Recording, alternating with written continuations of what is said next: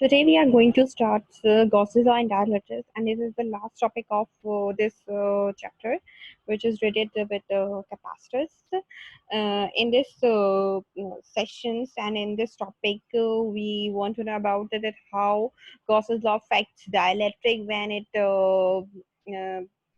insert between a parallel capacitor.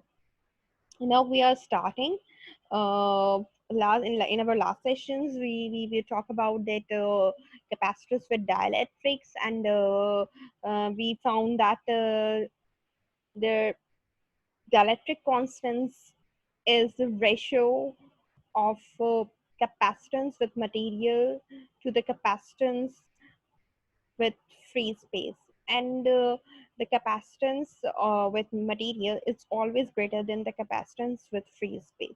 And it is confirmed with our different tested by the different things of different values of dielectric constant. And we also have know that there is a why capacitance is increases due to increase why capacitance is increases due to decreasing in electric field, the hysteretic force, and electric potential. Because why? Because there when there is a inserting dielectric slab and insulate non insulating material, then dielectric has a property, and we call it a characteristics, which is called polarization. And due to polarization, that positive and negative charges on the left plates and the negative on positive charges are mm, attracting each others, and the net for electric field will be reduced. And we can see easily can see that the electric field of the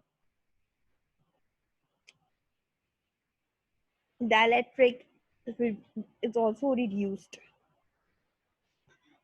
Because I have told you about the right. Now we have starts at Gauss's law and dielectrics.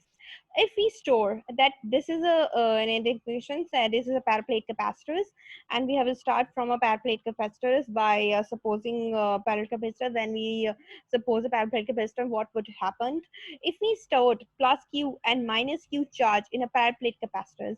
हमने यहाँ पर दो जो है plates ले ली हैं, एक ये प्लेट, ठीक है। जब हमने इसको क्या किया, हम अपने ये पैर प्लेट कैपेसिटर्स है, मीन्स हमने इसको बैटरी से कनेक्ट कर दिया, दो इलेक्ट्रोड्स हैं या दो प्लेट्स हैं जो कि एक दूसरे के पैरेलल हैं। हमने उसको पोटेंशियल बैटरी से कनेक्ट किया, पोटेंशियल अप्लाई किया तो क्या हुआ कि जो प्लेट्स अपने रिस्पेक्टिव बैटरी के अपोजिट टर्मिनल से कनेक्टेड थी, तो जो प्लेट पॉजिटिव टर्मिनल से कनेक्टेड थी वहां पर जाके जो है प्लस क्यू चार्ज जो है स्टोर हुआ, और जो नेगेटिव टर्मिनल से कनेक्टेड थी उस वहां पर नेगेटिव जो है चार्ज जाके स्टोर होना शुरू हो गया। और इस डायग्राम में हमें जो है इलेक्ट्रिक फील्ड की डायरेक्शन दिखाई गई है, जो कि जिस केस की डायरेक्शन क्या है, from positive to negative charge है इन दिस डायग्राम। और ये जो यहाँ पर जो डायग्राम में जो सिंबल दिखाई गया ई नॉट, इसका मतलब है कि ऐसी फील्ड जो विदाउट एनी मींस ये एक ऐसी इलेक्ट्रिक फील्ड है जहां पर आपके पास फ्री स्पेस है, means there is no any medium, means it's between the two, between the plates, there is a free space, or we call it a vacuum. So you are going through down. The charge Q on the capacitors produces an electric field from towards positive to negative plates। जैसे कि मैंने आपको बताया कि आपके पास जो है ये जो लेफ्ट साइड वाली प्लेट है, इस पे पॉजिटिव चार्ज Q जाके स्टोर हुए हैं, और जो राइट साइड पे जो प्लेट है उसमें नेगेटिव चार्ज जाकर स्टोर हुए हैं। इनकी म्यूचुअल अट्रैक्शन की वजह से यहाँ पर इलेक्ट्रिक फील्ड प्रोड्यूस हो गई, और जो इलेक्ट्रिक फील्ड प्रोड्यूस हुई है उसकी डायरेक्शन क्या है, from positive to negative charge, और यहीं पे वो डिस्क्रिप्शन लिख दी है। अब क्या किया, इलेक्ट्रिक फील्ड हमें क्या मिल रही है, ई नॉट। ई नॉट से मतलब है without any medium is equals to Q upon epsilon naught A, यानी हमारी इक्वेशन 1 जनरेट हो गई है। We can find equation 1 by using Gauss's law if we insert a dielectric medium between the plates. यानी हम इक्वेशन 1 से equation 1 को use करके उस पे गॉसेस लॉ अप्लाई करके हम और क्या फाइंड कर सकते हैं, अगर हम अप्लाई कर रहे हो प्लेट्स के दरमियान डायलेक्ट्रिक मीडियम। अब ये डायग्राम देख लीजिए, ये डायग्राम नंबर 5 है। हमने क्या किया, हमने यहाँ पर अब एक डायलेक्ट्रिक मीडियम इंसर्ट कर दिया।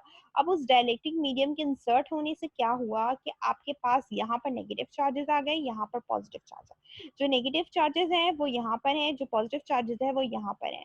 ठीक है, अब होगा क्या, नेगेटिव और पॉजिटिव चार्जेस आपस में क्या करेंगे, एक दूसरे से अट्रैक्ट होंगे, और यहाँ पर भी एक दूसरे से अट्रैक्शन होगी। बीच में जो है हमारे पास जब ये अट्रैक्शन इससे किसके दरमियान होगी, यहाँ पर इसके दरमियान अट्रैक्शन होगी, तो ये जो है एक कंडक्टर बन जाएगा, ये भी आपके पास कंडक्टर बन जाएगा, यानी यहाँ पर पोलराइजेशन इफेक्ट होगा।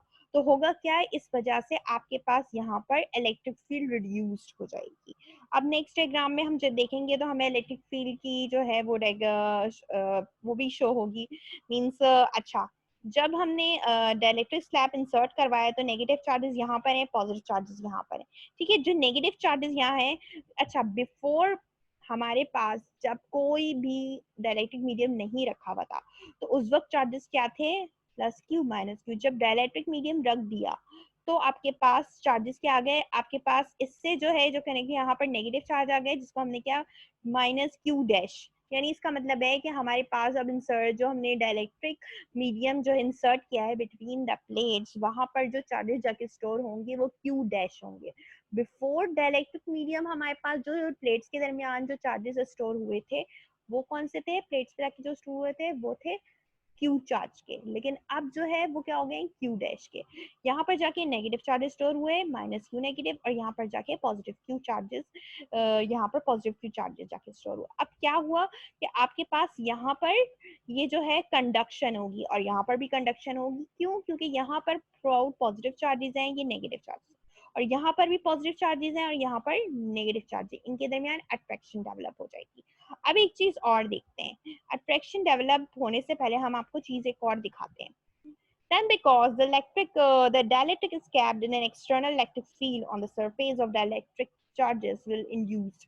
अब होगा क्या कि जब आपने डाइलेक्ट्रिक मीडियम यहाँ पर रख दिया, एक एक्सटर्नल फील्ड भी यहाँ पर होगी इस डाइलेक्ट्रिक के जो है ऐड होने से। क्या होगा कि वो एक्सटर्नल फील्ड जो है चार्जेस को क्या करवाएगी, इंड्यूस करवाएगी। और वो कौन से चार्जेस होंगे, if charges are store plus Q on negative plate, आपकी नेगेटिव प्लेट जो कि पहले ये नेगेटिव थी इस पे जाके प्लस क्यू चार्ज जाके स्टोर हो जाएंगे, और ये जो है आपके पास पॉजिटिव प्लेट थी, यहाँ पर आपके पास जाके प्लस क्यू, ये जो है हमारे पास आपके पास क्या थी, प्लस क्यू जो है हमारे पास जाके स्टोर होंगे नेगेटिव प्लेट पे। ये आपके पास नेगेटिव प्लेट थी बिफोर डायरेक्ट्रिक स्लैब।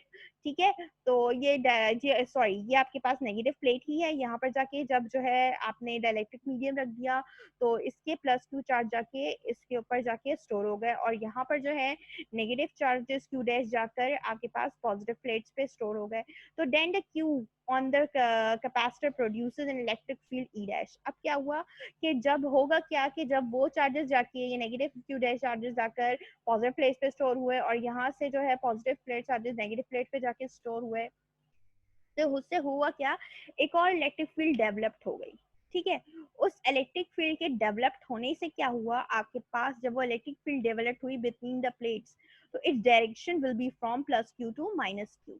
उसकी डायरेक्शन क्या हुई, प्लस क्यू से माइनस क्यू, यानी from positive to negative charge, यानी क्यू डैश पे। ये देखिए आप, ये वाली जो इलेक्ट्रिक फील्ड की डायरेक्शन दिखा रहे हैं इसमें, ये वो इलेक्ट्रिक फील्ड है जो कि बिफोर डाइलेक्ट्रिक मीडियम हमारे पास आई थी, और ये वो इलेक्ट्रिक फील्ड है जो कि हमारे पास डाइलेक्ट्रिक मीडियम हमने इंसर्ट कर दिया यहाँ पर, डाइलेक्ट्रिक स्लैब यहाँ पर इंसर्ट कर दी बिटवीन द प्लेट्स, तो उसकी वजह से हमारे पास ये और ये चार्जेस जाके अपने रेस्पेक्टिव प्लेट्स पे जाके स्टोर हुए, जिसकी वजह से हमें ये इलेक्ट्रिक फील्ड मिली। और यहाँ पर आपके पास पॉजिटिव चार्ज स्टोर हुआ है, यहाँ पर नेगेटिव चार्ज स्टोर हुआ है, तो जो इलेक्ट्रिक फील्ड प्रोड्यूस हुई उसकी डायरेक्शन पहली वाली इलेक्ट्रिक फील्ड की डायरेक्शन के बिल्कुल ऑपोजिट होगी। ठीक है, क्वेश्चन नंबर ये फिगर नंबर 7 है।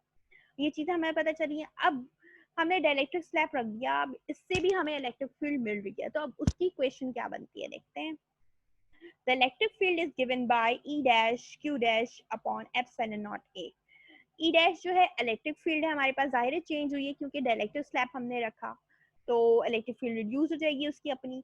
अब क्या हुआ कि क्यू डैश, आपके पास चार्जेस भी चेंज हो गए। पहले बिफोर डाइलेक्ट्रिक स्लैब आपके पास जो चार्ज था वो क्यू था, अब जो चार्ज है डायरेक्टिंग मीडियम रखने से वो क्यू डैश हो गया। We know that the fact for non conducting sheet of charge the electric field is E is equals to sigma upon 2 epsilon naught। ये बात अब अच्छी तरह जानते हैं कि अगर आप दो कंडक्टिंग शीट ऑफ चार्ज हो आपके पास, कौन से दो कंडक्टिंग शीट ऑफ चार्ज, एक ये non conducting sheet of charge, एक ये non conducting sheet of charge. अब होगा क्या कि दो non conducting sheet of charges के दरमियान जब इलेक्ट्रिक फील्ड डेवलप्ड होती है तो हमें क्या मिलती है, कैसे इलेक्ट्रिक फील्ड मिलती है। E is equals to sigma upon 2 epsilon naught. Sigma हमें क्या बताता है, सरफेस चार्ज डेंसिटी। यानी आपने एक शीट ली हुई है तो आप उसका एरिया काउंट कर सकते हैं। ठीक है, तो इलेक्ट्रिक फील्ड बराबर है surface charge density divided by 2 epsilon not. 2 show कर रहा है हमारे पास दो कंडक्टिंग शीट ऑफ चार्ज, जो कि अब उमर हमारे पास जो है यहाँ पर दो कंडक्टिंग शीट्स हैं। अगर एक कंडक्टिंग शीट होती तो 2 आता, अब दो कंडक्टिंग शीट है, एक है 2 क्यू से माइनस क्यू की तरफ और एक है क्यू से माइनस क्यू। एक है क्यू, एक है क्यू डैश से माइनस क्यू की तरफ और एक क्यू डैश से माइनस क्यू डैश की तरफ है।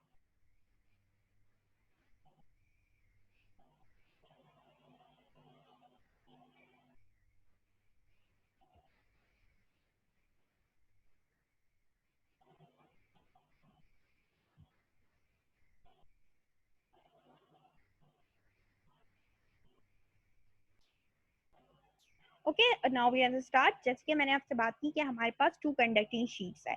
एक जो कंडक्टिंग शीट है वो क्यू से माइनस क्यू डैश तक है और एक conducting sheet positive Q dash से यानी माइनस क्यू से प्लस क्यू डैश पे थे। एक यानी एक कंडक्टिंग प्लेस आपके पास प्लस क्यू डैश से सॉरी, एक कंडक्टिंग शीट जो है हमारे पास है क्यू क्यू से माइनस क्यू डैश तक और एक कंडक्टिंग शीट है माइनस क्यू से पॉजिटिव क्यू डैश तक।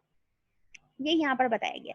तो उसकी वजह से जो इलेक्ट्रिक फील्ड आपको मिलेगी जो कि टू नॉन कंडक्टिंग शीट्स हैं, तो उसमें से टू जो है आपके पास हट जाएगा क्योंकि एक कंडक्टिंग शीट की आपके पास ये बनती है इलेक्ट्रिक फील्ड और टू नॉन कंडक्टिंग शीट्स की इलेक्ट्रिक फील्ड ये बनती है। अब हमारे पास सिग्मा है क्या, हमने सिग्मा की बात की थी कि ये क्या होता है, सरफेस चार्ज डेंसिटी, क्योंकि हम बात करें एक शीट की तो वहां पर हमारे पास सरफेस चार्ज डेंसिटी जो कि अगर हम लीनियर चार्ज डेंसिटी की बात, तीन किस्म की हमारे पास डेंसिटीज होती हैं। एक होती है लीनियर चार्ज डेंसिटी, यानी चार्ज डेंसिटी जो होती है वो तीन तरह की होती है, surface charge density, linear charge density, volumetric charge. अगर हम वन डायमेंशन की बात कर रहे होते हैं तो उसमें लीनियर चार्ज डेंसिटी काउंट करते हैं। अगर हम टू डायमेंशन की बात करते हैं यानी एरिया की बात करते हैं तो वहां पर बात आ जाती है सरफेस चार्ज डेंसिटी की। और जब हम बात करते हैं 3D डायमेंशन की यानी क्यूब की, तो वहां पर हम बात करते हैं वॉल्यूमेट्रिक या क्यूबिकल चार्ज डेंसिटी। ठीक है, ये जो हमारे पास है ये सरफेस चार्ज डेंसिटी है। ठीक है, क्योंकि हम शीट की बात करें जो कि स्क्वायर की फॉर्म में है तो वहां पर हम एरिया पता कर सकते हैं, यानी सिग्मा बराबर है सरफेस चार्ज डेंसिटी हमारे पास बराबर होती है चार्ज पर यूनिट वॉल्यूम। यानी एक शीट है उसका जितना वॉल्यूम है उस पर जितने नंबर ऑफ चार्जेस डिस्ट्रीब्यूटेड हुए हैं, जितने चार्ज टोटल चार्ज डिस्ट्रीब्यूट हुए हैं एक sheet per unit area per unit, वो क्या है, सरफेस चार्ज डेंसिटी है। Then the surface charge in opposite direction electric field, आपके पास क्या है, सरफेस चार्ज जो है आपके पास ऑपोजिट डायरेक्शन में है जिसकी वजह से आपका इलेक्ट्रिक फील्ड भी ऑपोजिट फील्ड में होगी। तो net electric field inside the dielectric. अब हमारे पास जब हमने डाइलेक्ट्रिक मीडियम रख दिया तो डाइलेक्ट्रिक मीडियम में हमारे पास हमें नेट इलेक्ट्रिक फील्ड क्या मिलेगी, हमारे पास दो बातें हमने की। बिफोर डाइलेक्ट्रिक मीडियम हमारे पास जो इलेक्ट्रिक फील्ड आ रही थी वो ई नॉट थी, फिर हमने डाइलेक्ट्रिक मीडियम रख दिया यानी एक नॉन कंडक्टिंग मटेरियल रख दिया, उसकी वजह से हमारे पास जो इलेक्ट्रिक फील्ड आई वो ई डैश थी। ठीक है, ई नॉट की जो इक्वेशन थी, जब ई नॉट था हमारे पास चार्ज था क्यू और डिवाइड कर रहे थे एप्सिलॉन नॉट अपॉन ए, और जब हमारे पास जो है इलेक्ट्रिक स्लैब आ गया, तो उस वक्त हमारे पास चार्ज चेंज हो गया, वो क्यू डैश हो गया डिवाइडेड बाय एप्सिलॉन नॉट ए। ठीक है, अब ये किसके बराबर है, ये बराबर है एप्सिलॉन नॉट डिवाइडेड बाय के। ये चीज कहाँ से आ रही है असल में, ये चीज कहाँ से आ रही है, ये चीज आपके पास आ रही है क्योंकि आपके पास नेट इलेक्ट्रिक फील्ड असल में क्या है, नेट इलेक्ट्रिक फील्ड आपके पास बराबर है ई के। ठीक है, ई के बराबर है, और आपके पास क्या है कि वहां पर हमने बात की थी कि इलेक्ट्रिक फील्ड जो आपके पास रिड्यूस्ड हो रही है, तो होगा क्या कि वहां जो आपको नेट इलेक्ट्रिक फील्ड जो होगी इनसाइड द डाइलेक्ट्रिक स्लैब, वो बराबर होगी आपके पास the electric field with free space divided by the electric constant। तो इस वजह से आपके पास हमारे पास जो नेट इलेक्ट्रिक फील्ड आ रही है वो आ रही है एप्सिलॉन नॉट अपॉन के। और एप्सिलॉन नॉट अपॉन के को हम कैसे लिख सकते हैं, एप्सिलॉन नॉट हमारे पास बराबर है Q upon epsilon naught A। तो if epsilon naught is equals to Q upon epsilon naught A, then Q epsilon then E naught, यानी हमारे पास E naught बराबर है, यानी electric field without any medium is equals to Q upon epsilon naught A, then E naught upon K। ये क्या है, ये हमारे पास ये जो चीज है ये असल में हमारे पास रिजल्ट इन सॉरी हम क्या है नेट इलेक्ट्रिक फील्ड है, जो कि क्या होगा हमारे पास ई नॉट हटा है और उसकी जगह ये वैल्यू हमने रख दी, मल्टीप्लाई करें हैं के से denominator, and this will be result in electric field. जो हमारे पास नेट इलेक्ट्रिक फील्ड है डाइलेक्ट्रिक की, उसको हम एक और नाम दे सकते हैं, उसको हम ये भी कह सकते हैं कि वो रिजल्ट इन इलेक्ट्रिक फील्ड होगी।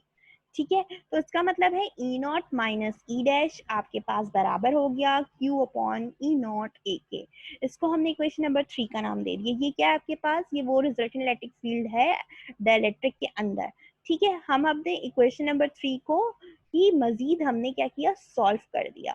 इस इक्वेशन नंबर 3 को लिया हमने, हम देखें अगर ये वाली चीज और ये वाली चीज हमारे पास क्या है, आपके पास कांस्टेंट है। ये क्वेश्चन नंबर 3 आपने ली, ये वाली जो आपके पास value e not minus e dash, ये बराबर किसके आ रही है आपके पास, क्यू नॉट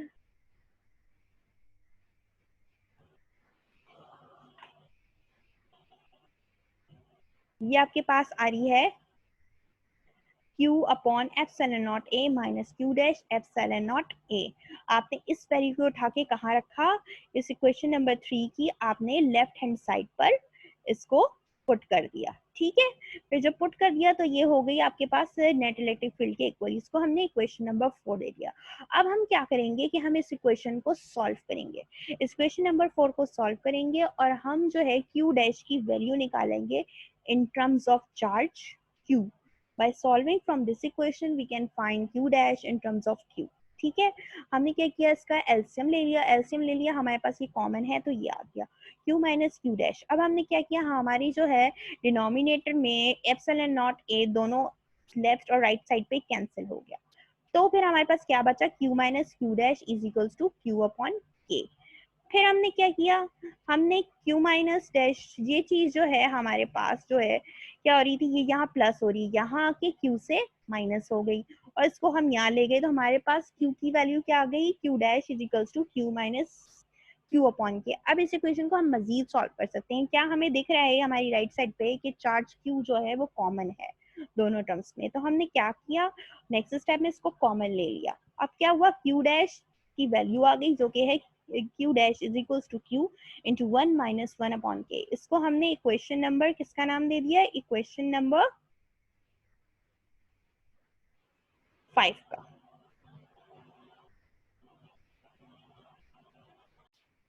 हम क्या बात कर रहे थे, हम बात कर रहे थे Q डैश आपके पास क्या है, सरफेस चार्ज है फॉर डाइलेक्ट्रिक मीडियम, और Q क्या है, वो टोटल चार्ज है बिफोर डाइलेक्ट्रिक मीडियम, और K क्या है आपके पास, डाइलेक्ट्रिक कांस्टेंट। अब इक्वेशन नंबर 5 हमें क्या बता रही है, equation number 5 give the surface charge induced on the dielectric.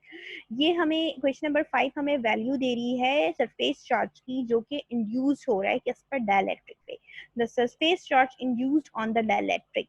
अच्छा, अब हमें जो इक्वेशन नंबर 5 है वो हमें एक और चीज बता रही है कि आपके पास जो सरफेस चार्ज है वो किन किन फैक्टर्स पे डिपेंड कर रहा है। The surface charge the surface charge depends induced on the dielectric constant, induced on the dielectric depends on the total charge. वो total charge पे depend कर रहा है और किस पे डिपेंड कर रहा है, 1 - 1 के फैक्टर पे, जो कि असल में क्या हो रहा है, फ्री चार्ज से मल्टीप्लाई हो रहा है। यहाँ पर ये क्यू इस फैक्टर से क्या हो रहा है, मल्टीप्लाई हो रहा है। अब हम क्या करेंगे, अब हम इस चीज को थोड़ा सा और वेरीफाई करने के लिए हम क्या करेंगे, एक एग्जांपल कंसिडर कर लेंगे। If it is a conducting slab for dielectric slab then what happened. यानी वो कह रहा है कि अब अगर आपने जो कंसिडर की थी अपनी डायग्राम, अगर आप नीचे थोड़ा सा जाएं, आपके पास ये डायग्राम आएगी, ये डायग्राम है। अगर आप फॉर एग्जाम्पल इसको, मैंने इसलिए बड़ा किया ताकि आपको नजर आए। अब हमने कहा कि हमने जो डाइलेक्ट्रिक मीडियम रखा था, अगर वो एक्ट करे लाइक अ कंडक्टिंग स्लैब तो क्या होगा, लाइक अ कंडक्टिंग स्लैब अगर वो एक्ट करेगा तो क्या होगा, यहाँ पर आपके पास ये दोनों चार्जेस आपस में क्या होंगे, आपस में यहाँ पर इनके दरमियान जो है क्या होगी, अट्रैक्शन हो जाएगी। अट्रैक्शन की वजह से यहाँ पर कंडक्शन हो जाएगी, और यहाँ पर भी जो है, जब ये जो है आपस में अट्रैक्शन होगी तो यहाँ पर भी कंडक्शन होगी। उस कंडक्शन के होने से क्या होगा, अब फर्ज करें, अब हमने क्या किया, अब हमने जो ये चीजें बात की फॉर अ कंडक्टिंग स्लैब, हमारे पास कंडक्टिंग स्लैब में क्या होता है कि हमारे पास, इसका मतलब है कि वहां पर जो प्लेट्स हैं, जहां पर जो कंडक्शन हुई है, आपके पास जो यहाँ पर कंडक्शन हुई है, इस कंडक्शन के होने से आपके पास जो है यहाँ का जो, जाहिर है ये मेटल बन गया, अब कंडक्शन हो चुकी है, और कंडक्शन के लिए जो मेटल्स होते हैं वहां पर हमारे पास डाइलेक्ट्रिक कांस्टेंट जो होता है वो इन्फिनिटी पे चला जाता है। ठीक है, तो हमने इसको इन्फिनिटी के इक्वल ले लिया, यानी 1/k हमारे पास किसके इक्वल आएगा, के की जगह हमने इन्फिनिटी पुट किया तो ये हो गया आपके पास 0। ठीक है, तो हमारे पास इक्वेशन नंबर 5 जो कि हमारी थी, हमने क्या किया, हमने इक्वेशन नंबर 5 में जो कि यहाँ पर 1/k था, हमने उसकी जगह 1/infinity पुट किया। 1/infinity आपके पास 0 होता है, ये बच गया जस्ट 1। क्यू क्यू क्यू 1 से मल्टीप्लाई हुआ तो क्यू डैश आपके पास इन टर्म्स ऑफ क्या आ गया है, यानी सरफेस चार्ज आपके पास क्या आ गया है in terms of free charge सिर्फ, यानी क्यू डैश आपके पास, जब आपके साथ डाइलेक्ट्रिक मीडियम आपका बिहेव कैसा करे, बिहेव करने लगे like like a dielectric conducting slab, conducting slab as a conducting slab react करे तो होगा क्या कि आपके पास डाइलेक्ट्रिक कांस्टेंट जो है आपका इन्फिनिटी तक चला जाएगा, और जिसकी वजह से आपका जो सरफेस चार्ज है वो इक्वल हो जाएगा फ्री चार्ज के। यानी आपका जो सरफेस चार्ज है वो बिहेव कैसे करेगा, लाइक अ टोटल चार्ज, या मैं कहूँ फ्री चार्ज, तभी ये इसके इक्वल है। यानी ये आपके पास जब डाइलेक्ट्रिक कांस्टेंट इन्फिनिटी तक पहुंच जाएगा तो क्या होगा, क्यों इन्फिनिटी तक जा रहा है, क्योंकि वहां पर जाकर आपके पास जो है आपका जो डाइलेक्ट्रिक स्लैब है वो बिहेव कर रहा है as a dielectric conducting dielectric slab, जिसकी वजह से इलेक्ट्रिक फील्ड वहां पे बहुत स्ट्रांग हो गई। उस इलेक्ट्रिक फील्ड के स्ट्रांग होने से वहां पर ब्रेक डाउन आएगा, यानी वहां पर आपके पास डाइलेक्ट्रिक स्ट्रेंथ बढ़ जाएगी। तो होगा क्या कि डाइलेक्ट्रिक कांस्टेंट जो है वो इन्फिनिटी तक राइज चला, इन्फिनिटी तक राइज करेगा, जिसकी वजह से आपके पास जो सरफेस चार्ज है वो बिहेव करेगा like a free charge, which means if we insert a conducting slab between parallel plate capacitor then plus q and minus q on positive and negative plate to make the resultant, यानी आपके पास resultant electric field जो आएगी वो 0 हो जाएगी inside the conductor। Means जो आपके पास यहाँ पर जो आपने कंडक्शन की है, यहाँ पर आपके पास जो है इलेक्ट्रिक फील्ड क्या हो जाएगी, 0 हो जाएगी, और यहाँ पर ये जो आपके पास पेंसिल से जो आपके पास जो कट्स दिखाए में, असल में वो ये बता रहे हैं कि इस यहाँ पर आपके पास कंडक्शन हुई है तो यहाँ पर इलेक्ट्रिक फील्ड और फ्लक्स 0 हो जाएगा थ्रू आउट द सरफेस, जो यहाँ से पास हो रहा होगा वहां से कोई भी फ्लक्स पास नहीं होगा उस गॉसियन सरफेस से, जो कि आपके पास लेफ्ट साइड है आपका प्लेट का, आपका जो प्लेट का लेफ्ट साइड है वो बिहेव कर रहा है एज अ कंडक्टर। तो यहाँ पर जब आपके पास हमने क्या बात की, कंडक्टर हो गया, तो इसका मतलब है इलेक्ट्रिक फील्ड आपके पास यहाँ पर हमने बात की कि वो 0 हो गई, या मैं कह सकती हूँ इलेक्ट्रिक फील्ड 0 हो गई तो फ्लक्स भी 0 हो जाएगा, क्योंकि ये बिहेव कर रहे हैं एज अ कंडक्टर। ठीक, आपके पास क्योंकि आपका जो इलेक्ट्रिक चार्ज है, जो सरफेस चार्ज है वो बिहेव कर रहा है लाइक अ फ्री चार्ज। ठीक, तो इसका मतलब इलेक्ट्रिक फील्ड जो रिजल्टिंग इलेक्ट्रिक फील्ड होगी वो 0 होगी। ऐसा क्यों हो रहा है, ऐसा इसलिए हो रहा है क्योंकि यहाँ पर कंडक्शन हो गई है। कंडक्शन होने की वजह से आपके पास, अगर फॉर एग्जांपल जो मैंने आपसे बात की कि हमारे पास रिजल्टेंट इलेक्ट्रिक फील्ड किसके बराबर थी, रिजल्टेंट इलेक्ट्रिक फील्ड असल में हमारे पास जो डिफरेंस था वो electric field without medium minus electric field with dielectric medium का डिफरेंस था। अब जो कि मैंने कहा कि वहाँ पर जो है आपका जो डाइलेक्ट्रिक मीडियम है, वो जो लेफ्ट प्लेट है आपके पास, ये वाला हिस्सा है, ये वाला हिस्सा आपके पास बिहेव कर रहा है as a dielectric conduction dielectric slab के। तो बिहेव यानी ये जो डाइलेक्ट्रिक आपका स्लैब है वो किस तरीके से बिहेव कर रहा है, एज अ कंडक्शन स्लैब। तो उसकी वजह से यहाँ पर ये कंडक्टर, ये एज अ कंडक्टर बिहेव करेगा, और जिसकी वजह से आपका जो सरफेस चार्ज था वो इक्वल हो जाएगा आपके फ्री चार्ज के। तो इसका मतलब है, तो मेरे पास जो इलेक्ट्रिक फील्ड जो वो वाली आई थी ड्यू टू मटेरियल, वो जो इलेक्ट्रिक फील्ड होगी वो बिहेव करेगी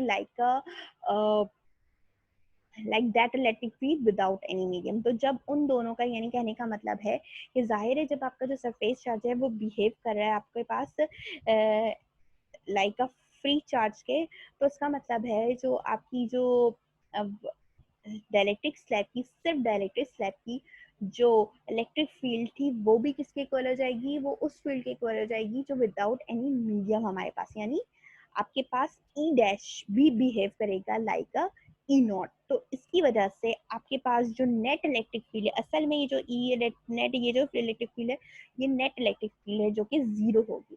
और जब ये जीरो है तो इसका मतलब है इस पार्ट से, इस हिस्से से, इस गॉसियन सरफेस से आपके पास कोई भी फ्लक्स पास नहीं हो रहा। हमने इस पार्ट को कंसिडर किया है जो गॉसियन सरफेस। ठीक है, हमने यहाँ की बात की है, यहाँ पे तो कंडक्शन हो ही नहीं रही, यहाँ पर कंडक्शन हुई है जिसकी वजह से इलेक्ट्रिक फील्ड जीरो है, क्योंकि आपके पास जो डाइलेक्ट्रिक स्लैब है उसकी जो आपके पास फील्ड है वो ई डैश थी, वो बिहेव करेगी आपके पास ई नॉट के। और जो उसका सरफेस चार्ज था यानी क्यू डैश, वो भी बिहेव करेगा फ्री चार्ज के, जिसकी वजह से दोनों इक्वल हो जाएंगी। यानी आपके पास दोनों फील्ड जो हैं विदाउट मीडियम और विदाउट एंड डायलेक्ट्रिक मीडियम वो आपके पास ई नॉट के इक्वल आएंगे, जिसकी वजह से जब हम दोनों का डिफरेंस लेंगे हमारे पास जो है वो नेट इलेक्ट्रिक फील्ड, तभी वो कह रहे हैं कि किसके इक्वल आएगी, आपके पास जीरो के इक्वल आएगी। ठीक है, और नो फ्लक्स, और कोई भी फ्लक्स पास नहीं होगा।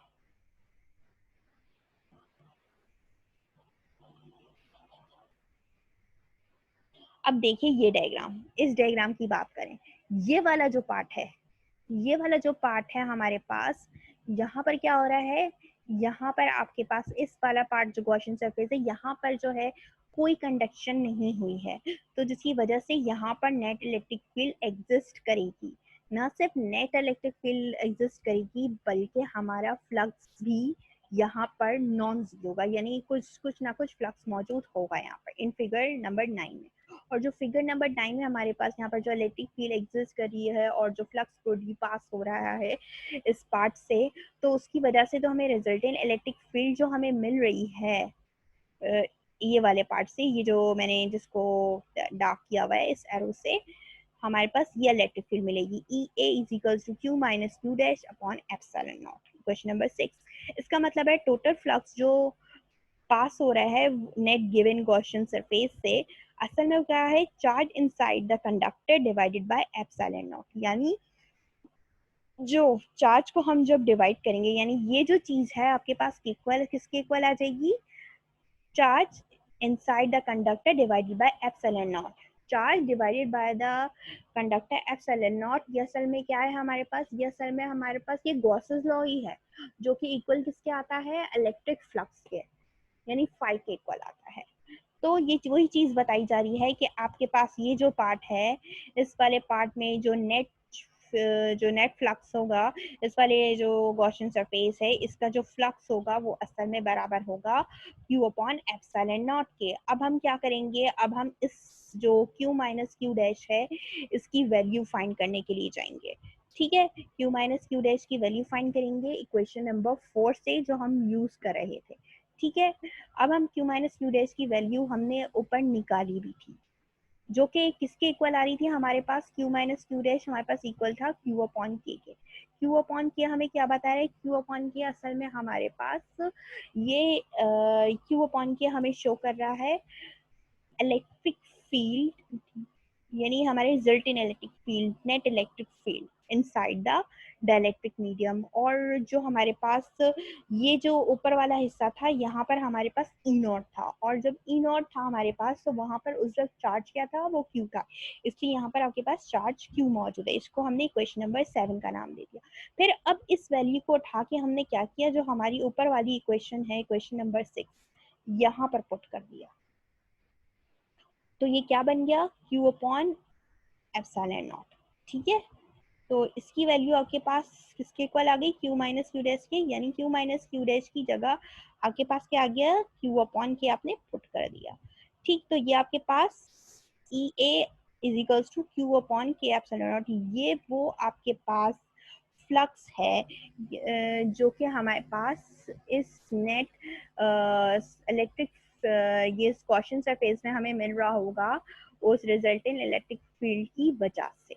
ठीक, हमने दो तरह बात की, हमने इस सरफेस पे आपके पास ये सरफेस बिहेव कर रहा है as a dialect, as a conducting dielectrics है, तो यहाँ पर जो है फ्लक्स भी जीरो, इलेक्ट्रिक फील्ड भी जीरो। क्यों जीरो हो गई, क्योंकि आपके पास जो सरफेस चार्ज है वो बिहेव कर रहा है लाइक अ फ्री चार्ज, तो उसकी उसका मतलब है कि उसकी फील्ड जो होगी, वो जो उसकी जो फील्ड थी ई डैश, वो भी बिहेव करेगी लाइक अ ई नॉट।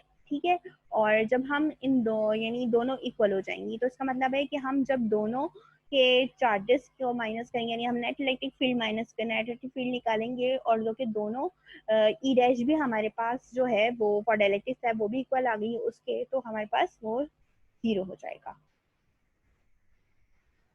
फिर हम क्या करेंगे, ये हमारे पास इक्वेशन नंबर 8 है, जो कि एक जनरलाइज फॉर्म है गॉसेस लॉ का, किसके लिए, जब हम डायलेक्ट्रिक की बात करते हैं। और इस इक्वेशन को मजीद हम कैसे लिख सकते हैं, इक्वेशन 8 कैन बी बिकम्स, हमारे पास हमने क्या किया, हमने पूरा गॉसियन सरफेस दिया है, तो हमने यहाँ पर इंटीग्रल अप्लाई कर दिया लेफ्ट साइड पे। जब हमने लेफ्ट साइड पे इंटीग्रल अप्लाई किया तो ये वेक्टर की फॉर्म में आ गया। अब ये डॉट प्रोडक्ट है, आपके पास के क्या है, कांस्टेंट है, आप इसको इंटीग्रल से अगले पॉइंट में क्या लिख रहे हैं, पहले लिख रहे हैं। आपने इस इक्वेशन को इक्वेशन नंबर 9 का दे दिया और नाम दे दिया, और ये जो क्यू है ये आपके पास क्या है, असल में फ्री चार्ज है। अब आपने क्या किया, आपने ये आपके पास इक्वेशन आ गई, अब ये सिर्फ यहाँ पर ये चीजें हैं। अब हुआ क्या, एप्सिलॉन नॉट भी कांस्टेंट है, राइट साइड पे डिवाइड हो रहा है, लेफ्ट साइड पे जाके के से मल्टीप्लाई हो गया, ये आपके पास एक जनरलाइज फॉर्म आ गई। ठीक, equation number 9 is an alternative form of Gauss's law, but whenever if we apply Gauss's law on dielectric, it can also be written as, अब ये वही बात कह रहे हैं कि जब ये जो है आपके पास इक्वेशन नंबर 9 है, ये आपके पास जनरलाइज फॉर्म है गॉसेस लॉ की, जब हम डायलेक्ट्रिक की बात कर रहे होते हैं। लेकिन जब आप अपने डायलेक्ट्रिक मीडियम पे गॉसेस लॉ अप्लाई कर रहे हैं, तो मजीद इस इक्वेशन को और कैसे लिखा जा सकता है, मजीद इक्वेशन को इस तरीके से लिखा जा सकता है, integral E dot D A is equals to Q minus Q dash upon epsilon naught. अगर आप देखें क्यू माइनस क्यू डैश को हमने रिप्लेस किससे करवाया था, हमने रिप्लेस करवाया था इसको क्यू अपॉन के से, तो ये के यहाँ मल्टीप्लाई हो रहा है, ये पूरा फैक्टर अगर मैं यहाँ ले आऊँ तो क्यू अपॉन के को रिप्लेस कर दूंगी क्यू माइनस क्यू डैश से, is equals to equation number 10। और if he does not include K, अब यहाँ पर हमने के को इंक्लूड नहीं किया, लेफ्ट साइड पे उड़ा दिया हमने, then the Q dash must be included on the right side. अब जो कि हमारी ऊपर वाली क्वेश्चन नंबर 9 है, यहाँ पर हमारे पास के इंक्लूड हुआ है, अगर हम के को इंक्लूड नहीं करेंगे तो हमें राइट साइड पर क्या करना पड़ेगा, क्यू डैश को इंक्लूड करना पड़ेगा, यानी क्यू डैश क्या है, सरफेस चार्ज है, क्योंकि हम डायरेक्ट्रिक की बात करें जो कि इंड्यूस्ड हो रहा है। Then alternatively, it will be much more convenient. We can take surface charges multiply with k on left hand side. अगर यानी सबसे कन्वीनियंट जो है और ऑल्टरनेटिव जो हमारे पास फॉर्म है गॉसेस लॉ की, वो कौन सी है, वो इक्वेशन नंबर 9 है, जब हम जहाँ पर हम इस फैक्टर को मल्टीप्लाई कर पा रहे हैं डायलेक्ट्रिक कांस्टेंट से। ठीक, then equation number 9, it's much more easier to use, we does not bother to talk about the surface. अगर हम इक्वेशन नंबर 9 में जब यूज़ कर रहे हैं क्वेश्चन नंबर 9 में ई डॉट डी, हम ई डॉट डी ए ले रहे हैं, क्वेश्चन नंबर 9 की हम बात करें तो बहुत ईजियर फॉर्म है हमारे पास, और वहाँ पर हम फिर सरफेस चार्ज की बात नहीं करेंगे। और जब if we apply Gauss's law in case of dielectric to find the electric field inside the dielectric, यानी जब हमें गॉसेस लॉ अप्लाई करना हो डाइलेक्ट्रिक के केस में, तो हम इलेक्ट्रिक फील्ड वहां से निकाल सकते हैं इनसाइड द डाइलेक्ट्रिक। तो ये हमारा काम था। इस चीज़ को समझने के लिए हमने क्या बात की, हमने इस इक्वेशन में बात की कि ये बात मैं एक दफ़ा और समझा देती हूँ। अगर ये वाला हमारे पास पार्ट है, अगर हम के को इंक्लूड नहीं कर रहे, तो हमें अगर लेफ्ट साइड पे, तो हमें राइट साइड पे सरफेस चार्ज को इंक्लूड करना पड़ेगा। और ये हमारे पास एक और एक ये भी एक फॉर्म है गॉसेस लॉ का, ठीक है, फॉर द डाइलेक्ट्रिक मीडियम। और अगर हम के इंक्लूड कर रहे हैं, तो हम यहाँ पर बात नहीं करेंगे सरफेस चार्ज की, क्योंकि लेफ्ट साइड पे भी हमारे पास ये ई डॉट डी ए का चीज़ मौजूद है। और ये जो है सबसे ऑल्टरनेटिव और सबसे जो है ईजियर और कन्वीनियंट इक्वेशन है अगर हमें इलेक्ट्रिक फील्ड फाइंड करनी हो फॉर डाइलेक्ट्रिक। ठीक है, मैं यहाँ तक अपना ये टॉपिक ख़त्म करती हूँ। इंशाल्लाह आपसे नेक्स्ट, ये लास्ट टॉपिक था। अब जब नेक्स्ट सेक्शन में आपसे मुलाकात होगी तो उसमें हम कुछ सॉल्व प्रॉब्लम्स को समझ लेंगे कि उसमें क्या क्या हो रहा है और किस किस टॉपिक से वो रिलेट कर गए हैं। अल्लाह हाफ़िज़।